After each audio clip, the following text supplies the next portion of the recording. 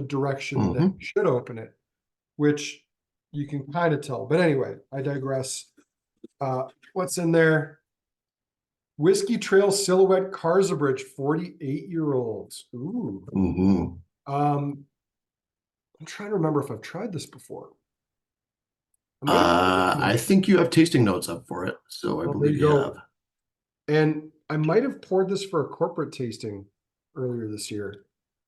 Oh, I'm glad it was in there because I really enjoyed this one. I thought it was pretty cool stuff.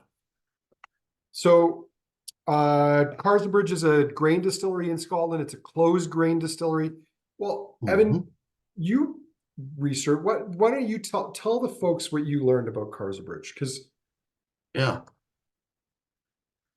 So as Andrew said, it's a closed distillery.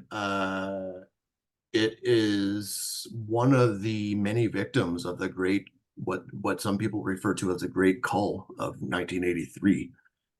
When it comes to Scottish distilleries, here's a list of the distilleries that closed that year. Some of them did reopen afterwards. Some of them very, very recently, but some of them are gone for good, like Carsbridge. 1983 Scottish distilleries closures in alphabetical order: Banff, Ben Romick, which was later purchased by Gordon MacPhail in 1993 and then reopened in 1998. Carsbridge, Brora, which has just reopened essentially over the last couple of years. Dallas Dew, which is gone. Glen Albin, which is gone. Glen Var, which is gone. Glen Lockie, which is gone. Glen Oogie, which is gone. Knockdew, which I totally forgot closed in 1983. It was eventually purchased by Inver House Distilleries in 1988 and reopened in 89. Northport Distillery, Port Ellen, which is just in the process of reopening, I believe. Is it the same distillery though? I would surmise it is not the same distillery. It's just on the same. I think we should start calling it Port Ellen too. Yeah, I think would be a good way to do it. Brora, they just kind of closed and walked away and needed some work, but I think Port Ellen's not the same thing. It's a whole new thing. Yep. And last of all, St. Magdalene / Linlithgow closed that same year. So massive amount of closures. It was the most closures of Scottish distilleries in more than a century, I believe, at that point. Luckily, we haven't had a year like that since. Given how many distilleries have opened over the last 10, 15, 20 years, though, I'm sure we will see that happen again in the next 30 or so. There is going to be a great dying. It'll happen at some point. It has to. Incidentally, Evan, it seems our fact-checking team at the store missed labeling this as a single malt, which is most definitely not. It's a single grain. And I suspect most of you might have a sense of what a grain is, but grain is the other half of the equation in a blend from malt, typically made from wheat, sometimes from corn, distilled in column stills, which are similar to the same stills you'd make vodka and neutral grain spirits like for gin in. So it tends to be a very clean style of spirit, not as flavorful. However, after 48 years in the cask, you can get something pretty remarkable. And Evan, this was a sherry cask too, wasn't it? Yeah, it was a sherry cask. And what a marriage. Like sherry can take over and dominate in a lot of cases. And you'd think 48 years of a sherry cask battling a grain whiskey, you wouldn't get a lot of the grain notes left. But this one ends up being a really nice combination of the two, in my opinion.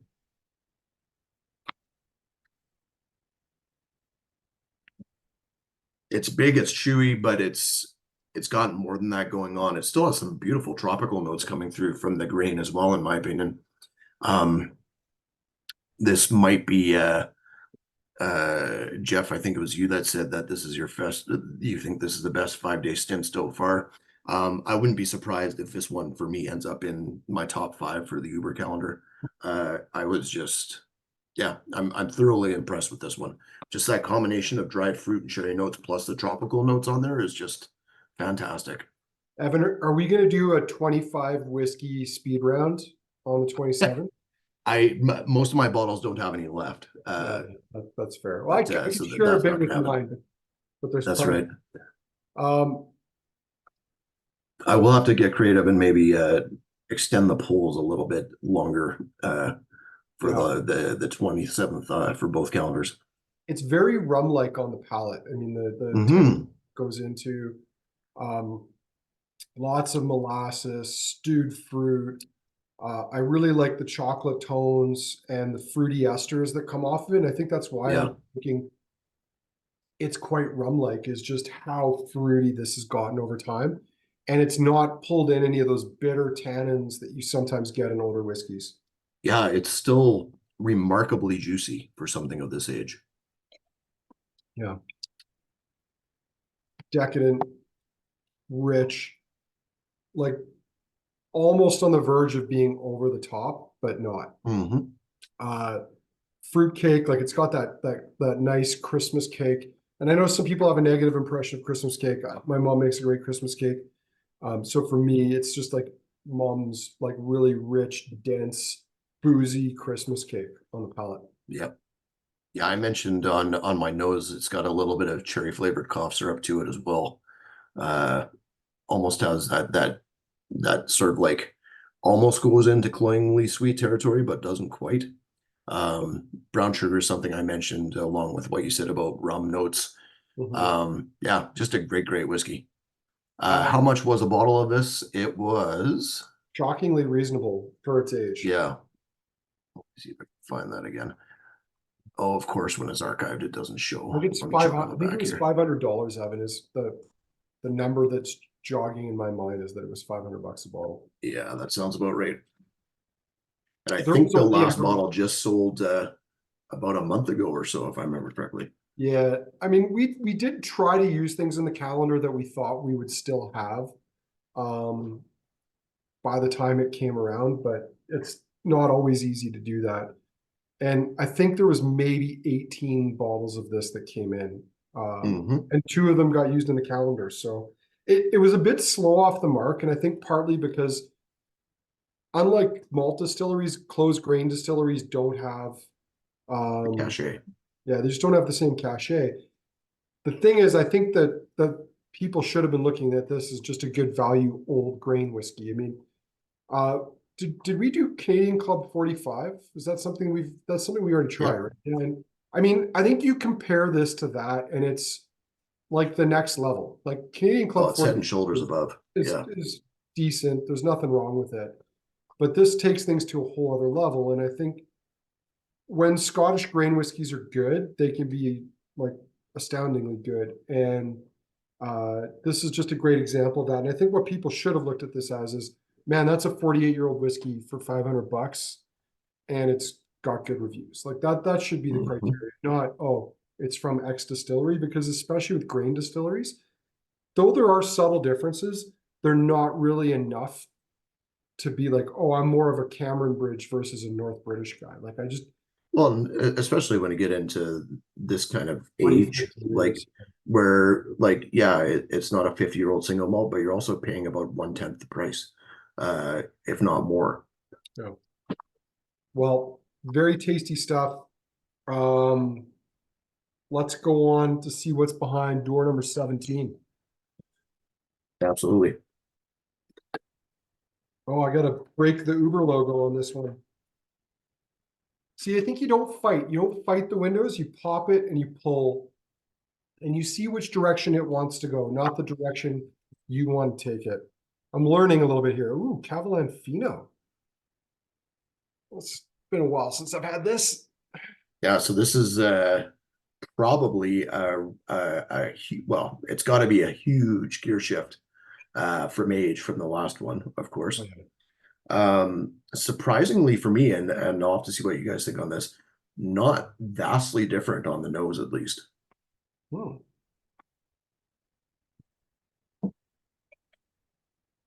It's got some color. It's quite Hmm. soft. Like, I mean, that to me is the most remarkable thing. It's soft. It's got a bit of a almost like a cheesy funk to it too. Yeah, I'm getting something a little bit more glue driven right now for me. See that? Like a little wood glue, like you're gonna try Yeah, to fix something of your wife's that you broke that she's not happy about because you were clumsy. or before she gets home and she notices. Yeah. Um, Yeah, it's soft. There's some nice fruit tones in there, like Hmm. poached pear, um, like a sort of like a baked what are those called? A baked peach, like a peach cobbler. Hmm. Yeah, even a hint of pineapple for me. I mean, the one thing I will say is I'm not getting any heat off the nose on this at cast strength, and for Hmm. Cabernet, I almost always get a bit of a heat prickle from it. Yeah, so this one is 57.8% alcohol too. Oh man, no, you know what? That's pretty lovely on the palate. You get some nice Hmm. licorice tones creeping in there, some exotic fruits. Um, that's a very beautiful dram. Yeah. Yeah, really well put together. And again, for me, a little bit more tightly wound versus a Cars Bridge, but Mhm. not not like going in a completely different direction necessarily either, Yeah, which is remarkable given the difference in age. it's really getting woody and spicy. I'm finding on the finish, like Hmm. I am starting to see more of the tones. Now, we had this disagreement the other night in our sherry bombs tasting. Um, I believe someone was suggesting that this was moldy. It was a sherry made with mold on top. Technical term is floor, Hmm. Pinot sherry. But it is a very dry style of sherry. Yep. Um, but it does seem to create sort of a softer sherry profile and bigger fruity tones. And I think that's what they're going for with the Fino. Um, Yeah. as far as age, Nick, like we could figure it out if we had the bottles we used in front of us. They've got this numbering system that allows you to figure out the age. Um, but probably somewhere in the 5 to 7 year range would be a Yeah. good bet. How, however, the caveat on all that, Evan, I don't think you mentioned this yet, is the climate in Taiwan is sort of like supercharging that maturation process. Yeah. Um, they have, I think, somewhere in the neighborhood of 10 to 12% Yeah. evaporation angel share on an annual basis. So Yeah. even Similar though, to Amrit Distillery in yeah, India. I don't think it's like an effective 3 times the speed aging or five No. times the speed, but you definitely get a more mature whiskey at a younger age for sure. Well, it's Whether part of likely part of the reason that it gets so concentrated like this as well.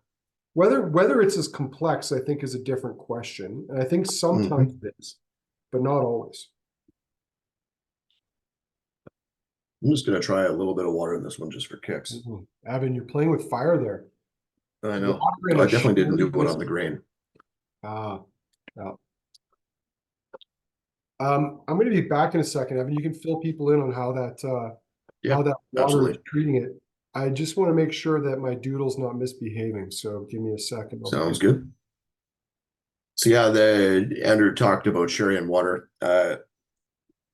Sherry and water don't necessarily mix as well as ex-bourbon casks and water, at least for me. Um, Especially when you get into cask finishes, where it can kind of become a bit jarring and sort of like pull apart into two different whiskeys, uh, aroma and flavor wise for me. I've noticed that on a few different Scotch Malt Whiskey Society bottles that had cask finishes actually. This one, hard to say, definitely a lot more muted on the nose, and it goes away from being tightly wound immediately into being more muted. Mm. Yeah, I have two ironclad rules for water and whiskey. One is sherry is generally no bueno, and the Hmm. older whiskeys get, like if they push north of 20 years, they tend to not take water as well. Yeah. I think it's just the So, spirit is a bit more fragile. It's been oxidized over time. mhm. So this one palate wise for me, a lot of the time what will happen on the sherry cask is it'll bring more astringents and more wine notes out, which I'm not necessarily looking for. That didn't happen on this one though, at least not to a great extent. It did bring out more fruit notes, which was really cool. A hint Mm. of spice, but nothing crazy. I don't think it needs it though. It was just as good without. And Evan, those fruit notes are not coming from residual traces of cough syrup No, in the syringe, the, no, the the children's medical syringe. no. I've upgraded. I I got one of the Scotch Malt Whiskey Society pipettes actually. Ooh, very nice. Yeah. Well, aren't you fancy now? Um, well, where are we at with this? Should we crack another window? Should we Yeah, let's is there go on more to be said? to 18? day 18. What will day 18 bring? So Frederic, Oh, while you're doing that, she says lightly toasted nuts, maybe hazelnuts on the palate, also chocolate covered dried cherries. Yeah, all good calls. Jeff says bougie, great tasting note there, Jeff. no, I think Totally agree he's with you there. referring to your pipette. Yeah. Oh, If that one went right over your head, yeah, Evan, it did. Jeff, It ran spot right over on. the Santa hat. I Yeah, was dialed right in. that's Uh, right. yeah. All right. Boutique bourbon, 24-year. You know what? Like this to me is the most mystifying whiskey we've had or have in the store. Yep. How the hell is it we still have this? You Hmm. know, to me, it just shows you that there's like these stereotypes with whiskey buyers that like little details will completely override common sense. This Yep. is 24 years old and good, but it's in a 300 or 500 ml bottle with a non-typical label, so people won't buy it. But people will pay thousands of dollars for over oaked bitter old pappy. Um, but this for most of them, they just can't wrap their heads around it. Yeah, I was just thinking about the pappy word when you brought that up. Right? Maybe we should just put in the description. Rumor has it this is actually Pappy Van Winkle, Ooh. and it would sell out in no time. It's Heaven Van Pappy Hill. That's right. Um, So speaking of the Heaven Hill thing, we've had this actually a couple times over the last couple of years, and my one of my theories on this, and well, I guess it wasn't my theory. A lot of people's theories online was that this is pre-fire Heaven Hill Distillery. Heaven Hill had the original Heaven Hill Distillery had a massive fire in '98, I think it was, and this would have been just distilled about a year or two before that, and that distillery no longer exists. They are putting a craft distillery in on their Bardstown area where most of the warehouses is where the fire happened. But this is what made Heaven Hill distillers go out and purchase Bernheim Distillery, which is just in Louisville itself. mhm.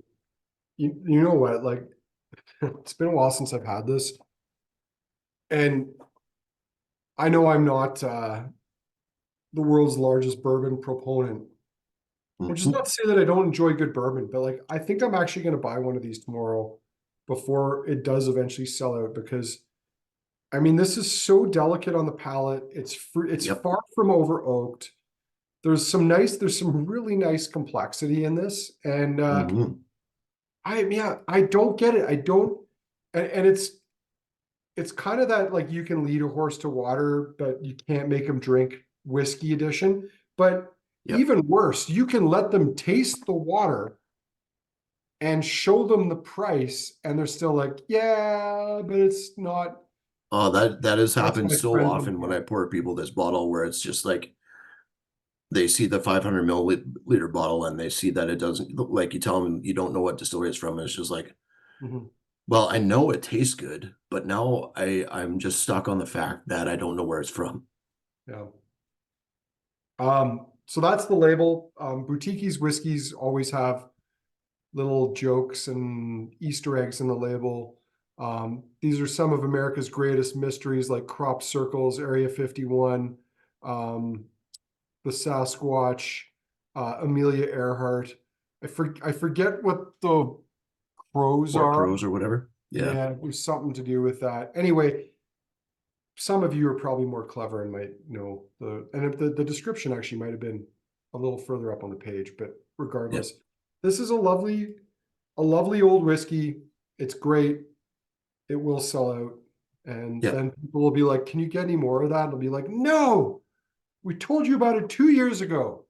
That's right. Come on. And it's such a fun whiskey to ponder where it's like I I know I'm an enthusiast when it comes to bourbon, and I'm not to the point where I can pull out where stuff is from, but there are certain distilleries that have certain earmarks that I've noticed with Kentucky bourbon specifically, and there's parts of this like the peanut shells notes and sort of the starchy notes that remind me of Jim Beam or Heaven Hill.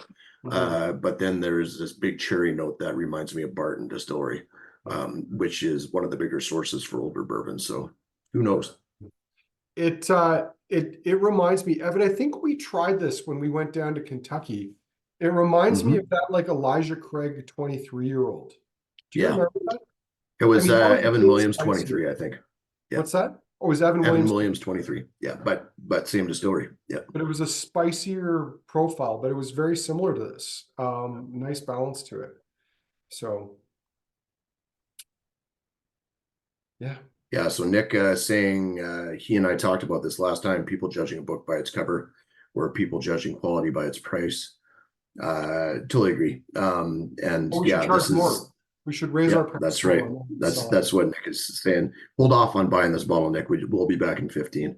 Yeah. Just give me like 5 minutes for the website to update. That's right. Yeah. No, we don't do that. Yeah. Tasty stuff. All right. I'm eager to move on to 19. See what we have. Oh, did anyone add water to it? Not that one. All right. Day 19. What do you bring? Ooh, Valentin Mallet Speyside 30-year-old. Now, Evan, this one is also, is this one Speyside Distillery? We talked about this last hour. Or is I believe it is Speyside Distillery, from what I can tell you. Right. So, and I can't. Joke I was referring to in the last tasting relates to this bottling where David was at a whiskey show and he poured it for someone and they said, "Where's it from?" And he said, "Speyside." And the guy said, "No, but what distillery?" And David said, "Speyside." Because for some stupid reason, some guys in the 90s decided to open a distillery in the Speyside region. And they couldn't figure out a better name for it. Yeah. And if I remember correctly, it's also in the outskirts of the region. Like it's kind of an outlier, isn't it, geographically? Yeah, that sounds about right. So yeah, another fun bottling. I can't remember if I did this on purpose, but it's on the same day as the Speyside 25 SMOS in the regular calendar. So I don't think I'm that smart. It was probably just happened that they both ended up on day 19, but I like that we had a compare and contrast there if you had both calendars. This one is so beefy compared to that other one. Totally. Yeah. Beefy and licorice driven. Like Frederic, this reminds me of tasting all the different Dutch licorice with you and Heather? No, I'm blanking on his name. Tom Vanderup, sorry, at the Victoria Whiskey Festival last year. Tom, yeah. This whiskey reminds me on the nose of my brother and I going to our club, like the club we belonged to, for lunch when we were younger, because he'd always get the beef dip. And which I never got, like, why dip your sandwich in broth? But he always loved that beef dip. And this that's so like, yeah, like shaved beef and broth or gravy, whatever. This is just so beefy. Must have been from those years when your brother was training behind the scenes to become a championship hot dog eater or something like that. Well, there was a period shortly after university where he played football. Although he was on the like practice team, he walked onto the practice team. He was never recruited or whatever, but he would eat like huge amounts of food because he was like all jacked calories. up. And, yeah. So yeah, he would have like we'd go out for dinner and he'd eat like a pizza and then have a doner. So yeah, he was on the Brian diet. Yeah, but more balanced. Yeah, and less coffee. Yeah, this does have savoriness on the nose and not as much of it on the palate though. Like it just goes into like maybe dates and prosciutto wrapped together, but much more like dried fruits and fruit leather and A little bit of spice there. It's really nice sherry. It is that drier, nuttier style of sherry though, although it does allow Hmm. some of those fruit tones to creep through. Totally. But I wonder if this is one of those like old, like Backstrap. the bodega Mm. sherry casks that I know David with Fallon and Mallet was buying, and they're apparently like 3 to 5 times the cost of an actual sherry seasoned cask. But these are like bodega casks that don't season, they mature actual sherry for drinking because Hmm. there's like this weird almost unevenness to the palate that makes me think this is not like your speed seasoned sherry cask. Yeah. Yeah, one quirky thing about the bottle that I love too, I'm just going to share the screen here, is that emblazoned on it down here, you can't really see it super well there, but it does say 30 years of bad reputation. And I read that and ran without looking at what the description said, assuming that they were talking about the Speyside distillery itself. And then I found out afterwards that they're actually talking about one of the guys behind the whiskey and him being in the industry for 30 years. So So had to take that out. that must be the other guy. It's not David, it's Yeah. Fabio. Yeah. No joke, his business partner's name is Fabio, which is amazing. Yep. I'm sure people still consider him a good-looking man, but he does not look like the stereotypical Fabio. So No, his hair's curly for one thing, from what I saw from it is photos. curly, yeah. He has an Italianness to him, whereas curiously, David does not. Yeah. David, Well, neither David does looks like Fabio when it comes down to it. German, but it's that northern part of Italy where it all gets sort of blurred. Hmm. Um, History and fault lines and mountains and valleys and Swiss people, you know. Yeah, I gotta say, we've been spoiled for like really good sherry in the super calendar. Um, like multiple fantastic sherry drams, which is really cool.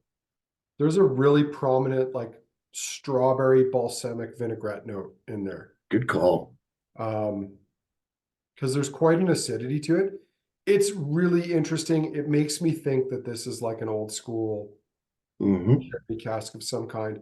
What I want to know is, did it live its whole life in this, or was it re-racked? Yeah. Because if I was a betting man, I would say that it was re-racked. But even if that's the case, like this is extremely well done. Like this is Hmm. what I would want finish to come out like. Yeah, I might have to do a survey or a questionnaire at the end to see whose favorite sherry dram is of the Uber Mm. calendar. You know I what? still think the Millstone 25 is up there for me. We could have had Igor as a special guest, Evan. Although we might not have been able to keep him to a time frame, but interesting Hmm. things might have been learned. So Yep. another time, perhaps. Um, Very cool. All right. Did anyone dare do science with this one and add a drop of water to it? Yeah, Nah. no. Yeah. Yeah, just based on the profile of this, I do not think it would help. And it is quite soft and approachable. What is that? 49 something? 49.7? Is that what you said? Yeah, it's at the strength where it doesn't need water. I think Mm, it's just fine. yeah. All right. Shall I crack window number 20? Yes, sir. All right. Where is, no, that's 24. Here we go. All right. Ooh. Oh, Gordon MacPhail, Ardmore 97, 24 year. Yeah, I've so this is a single cask Ardmore, I believe. mhm. And uh, I didn't do it, but it'd be fun to compare and contrast this between the distillery label Ardmore that we had in the regular calendar weeks back, Well, I think or this a is week one that back. this is one we've sold out of since we poured the calendar, It right? is. Yeah, Um, two of the five bottlings in this series of five are sold out. so So the one spot of good news and all that is we have our own 25-year-old Ardmore cask coming, but it's sherried, but it's Gordon MacPhail sherry, so it's good. That's right. Um, I feel I'll like just I'm driving behind like a truck hauling hay on a hot day, and the hay mhm. is like my windows are down, and there's like hay and dust blowing off the truck in front of me the whole time. Yeah. The nose for me right now is just full on Weetabix cereal, like the big wafers of Weetabix that you like crush up when you put milk on them. Mm. Big time ginger slices too. Hmm. Yeah, and I think this guy's burning farm gas too. You know, the That's stuff right. that a bit of purple smoke. Yeah, Now, I mean, I think in this case he would be fully entitled to be using farm gas, but a lot of times not so much. that's right. Yeah, he There's also uses it as non-farm vehicles because gotta beat the man. there's like this, it kind of reminds me of the candy dish at my grandmother's house, which Hmm. didn't get frequented or refreshed as often probably as it should have. Yeah, it's like why are there shreddies in here all of a sudden? I don't get it. Just a lot of stale orange and lemon and other Hmm. flavors. Yeah, Wow, that has got an interesting palate because it's like farmyard meets tropical fruit punch. yeah, Um,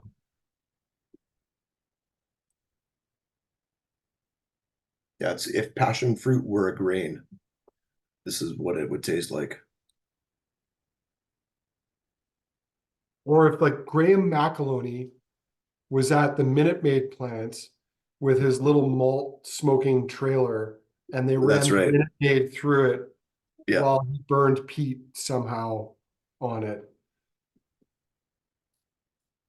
Trying to remember, is this the one where I said Arnold Palmer?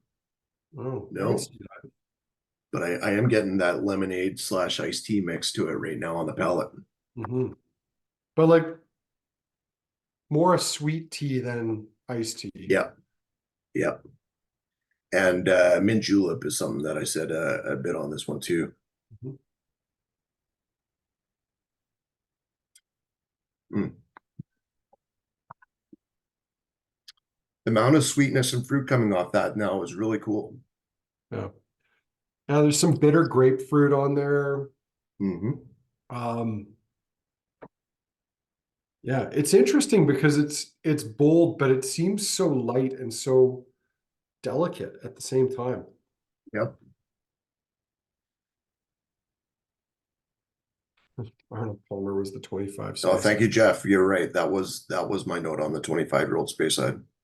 which was other calendar Yeah. previous tasting. So this one, when we had it, was 299.99. There, Nick. God, such a good deal. You know, we've talked about this in tastings. I mean, I realize 24 years, 1997, $300 is still like it's a decent chunk of money, but like those 20 something Gordon MacPhails all of a sudden became good Yeah. value. Um, as people started getting stupid. I mean, we realized this the other day. Like, what's Highland Park 18 now? It's like $350. Yeah. Like, Jesus Christ! Like, what are they thinking? Like, Oh, that's the come to a the bloody the end. entire problem with Highland Park in general is it's on the trailer that McCollum is pulling when it comes to pricing. Yeah, but I think McAllen is like pretending they've got a truck full of whiskey, but really there's 100 bottles in it, and Hmm. they're jacking the price on those 100 bottles, and they're not selling the rest of it because they're just trying to. Anyway, we don't even need to get into it, but the whole Yeah. thing makes me mad because they're essentially slaying the golden goose. Yeah. And Oh, that's the idea of McAllen being a golden goose anymore when they produce about what's it, 18 million liters a year. And if they wanted to double that, all they would have to do is turn the lights on their old distillery. yeah, or build out the other half of their Teletubby layer. Yep. But anyway, yeah, it wouldn't be so infuriating if I hadn't been like predicting this for like 4 or 5 years now. Anyway, here we are. Gordon MacPhail makes the best sherried whiskeys anyway. Glenfarclas is right up there. There's a handful of other people in the same league, but not many. Macallan, I don't think, is one of them. Speed rounds. Yeah. Yeah, back to the Carsbridge. Man, that is still showing so well. For a grain whiskey, this thing is punching way above its weight. Yeah. Yeah, if this was like Canadian Club 45 doesn't need the help and or the Canadian Club 40 series, like everybody looks for it, or we have a lot of customers looking for it. I had a customer in today looking for the 42 and 43 to complete his series. But if this was Canadian Club 45, that would be amazing. Getting notes of both Eatmore and Score Bar on this one.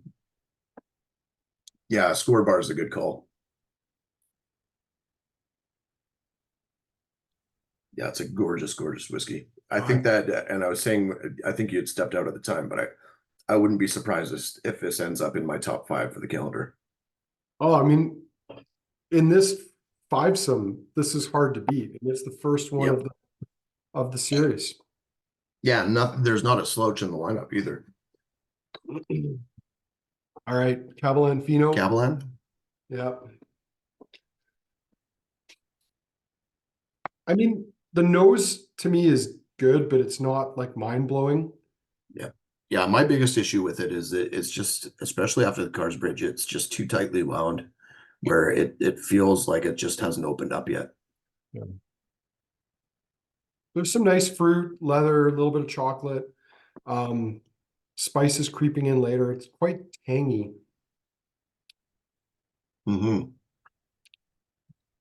But it's no Carsbridge 48 year. Yeah. Back to the bourbon. Bourbon Town. Oh man. It reminds me of like it's like an apple crumble before you put it in the oven. So like the oatmeal is like fresh, uncooked, the apples, the butter, the brown sugar. Oh. I want to make a crumble. What's the name of the seafood soup that uses saffron? You're not talking to somebody who's much of a chef. Is it bouillabaisse? I think it's bouillabaisse. And it has notes of that right now, but it's like you sprinkled fresh dill on top. So bouillabaisse is like, that's when you like boil down like shrimp or shrimp shells or lobster to try to get that into the sauce. And I don't know why, but I'm getting that right now. Right? I would get more of like a kind of like a peanut pad thai in the nose. Oh, that's a good call. Yeah, peanut pad thai with dill. There you go. It's definitely two things that just go together. You know what? I think maybe the Thai/Vietnamese people need to be introduced to dill sauce. Oh yeah. Pad thai. I mean, new continent, new home, fusion. Yeah. Fusion's so do they need to like go, do they need to go full on Greek and just use tzatziki sauce, or what is it? I don't know. Make their own version of it. Yeah. That'd be the fast food North American version. Opa, if you're listening. There's an Opa that's not too far from my Vietnamese joint. Anyway, God, that bourbon is remarkably good, and might be my second favorite in this lineup tonight. Oh, I love it. I think what does it is, my understanding is that spent about half of his life in Kentucky and then half of his life in Scotland. And I think the cooler sort of dunnage warehousing is what made it last that long. I'm onto the space side now, and it's like a really like onion heavy beef bourguignon or beef bourgogne, beef bourgogne. Bourguignon Is it pronounced? I'm still I think it's Bourguignon, but I could be wrong. Uh, I see where you're going. The onion notes, especially on there. Still getting tons of Dutch licorice personally for me. I can see the licorice in there too, but I'm just really stuck on that saucy, beefy onion Mhm. note.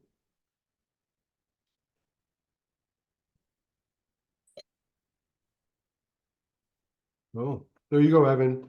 You were right. Bouillabaisse has saffron in it. You win. Jeff fact checked it. Doesn't happen often, so we're gonna let you have a victory lap. Yeah, Jeff, I haven't tried it, but I do want to try Caldurata now. That sounds good. And I'm Oh, probably butchering the pronunciation on that. yeah, it's funny. Portuguese somehow has an almost Germanic pronunciation as opposed to Mhm. typical Spanish. Um, wow. The nose and the palate on this to me are slightly disjointed, but not in a bad way. No, no, it's definitely stewy, but more stewed fruits on the palate for me. Still has Yeah, that big licorice hit, but it's more dry and nutty than meaty on the palate for me. yeah. Tart fruits, quite nice. And then there was Ardmore. The nose is quite like hard for me to pick out right now, to be honest. Yeah, the nose is actually, I mean, and we didn't have anything peated before this in the lineup, but it's surprisingly unpeaty on Very the nose shy. right now. Loads of malt. S- Yeah, so grain driven. Yeah, fruit, spice, toasty. Well, decisions. Hmm. You're saying hard to pick my favorite here, but you're gonna have to. It's Yeah, you go time. first, man. Well, no, we gotta. Or do we do a poll or do we just ask people to tell us their favorites?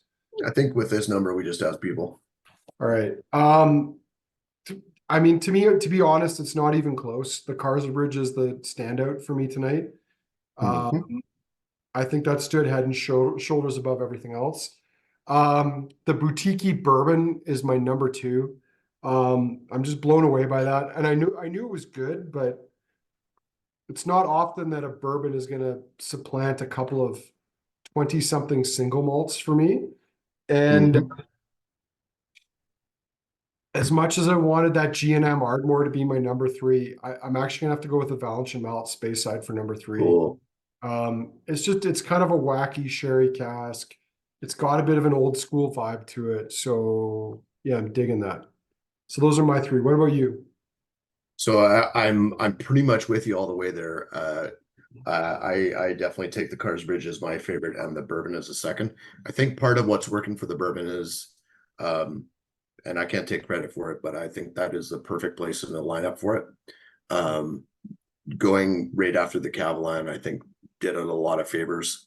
Not that it's a bad grain, but I think if it was right next to the Carsbridge, this would be completely overshadowed. Hmm. Um, and then I'm actually going to take the Ardmore for my third. I Oh. just really liked how that was put together and how the peat wasn't leading anything there. Like it was all the grain. Mhm. Yeah, no, those are good calls. Well, seen here, Frederica's got Carsbridge Speyside Bourbon. Jeff's got Cool. Carsbridge Bourbon Speyside Ardmore Kevlin. Uh, Nice. I didn't, I almost don't want to position my 4 and 5 because no one wants to get the participation ribbon. Yeah. Or the you did it, buddy. Good Well, job. in to Cavalan's benefit though, that's the only participation ribbon they've gotten. Usually they get best in class in everything they enter. So That's all true. Nick said bourbon, Carsbridge, G&M, Valencia Malt Speyside, and then Cavalan. And the other Nick, Carsbridge, Valencia Mallet, and then bourbon. So cool. I think we see a Yeah. trend. Yeah, Nick, I love that you picked the bourbon over the Cars Bridge. That's really cool. Nick Way. Um, I've got a bottle of the bourbon that I'm slowly working on and trying to save as in the cabinet back there. Sorry, back there. But I absolutely love that bourbon. I think it gets even better and better with a little bit of time and oxygen. It's fantastic stuff. I really wish I had a bottle of that Cars Bridge though. It's really good stuff as well. Well, Evan, you're gonna have to go to Jeff's place to drink some because I believe he mentioned That's right. to have some. Now probably same as last week. I'm fading a bit here because my day at work today started at 7 because it was order day, and this is tasting number 2 for me tonight. Mhm. So I'm gonna duck out of here in a minute, and if you Yeah. want to keep going or other people want to chat for a minute, that the choice is yours. But yeah, I want to thank everybody for, well, we've seen some or all of you for each of the last 4 Yeah. we didn't know if we would get a big turnout for these the Uber calendar tastings just because it was a much smaller pool of participants. But we appreciate you doing them. And truly, Evan and I love doing this, and Yeah. glad to have someone there, but also some people to interact with and ask questions and show interest in what we're doing because it's a lot of fun. So we will be Mhm. back for one more tasting on the 27th. Um, so yeah, until then, Merry Christmas. Thank you for taking part in this. And Evan, thank you for all the hard work. Like Evan did the blogs for both calendars, which is great because I for some reason I had in my head that we were going to split that. And then like 3 days Oh, before the start of the month, I I'm don't like, know where you would have found the time, man. Like, yeah, yeah, yeah.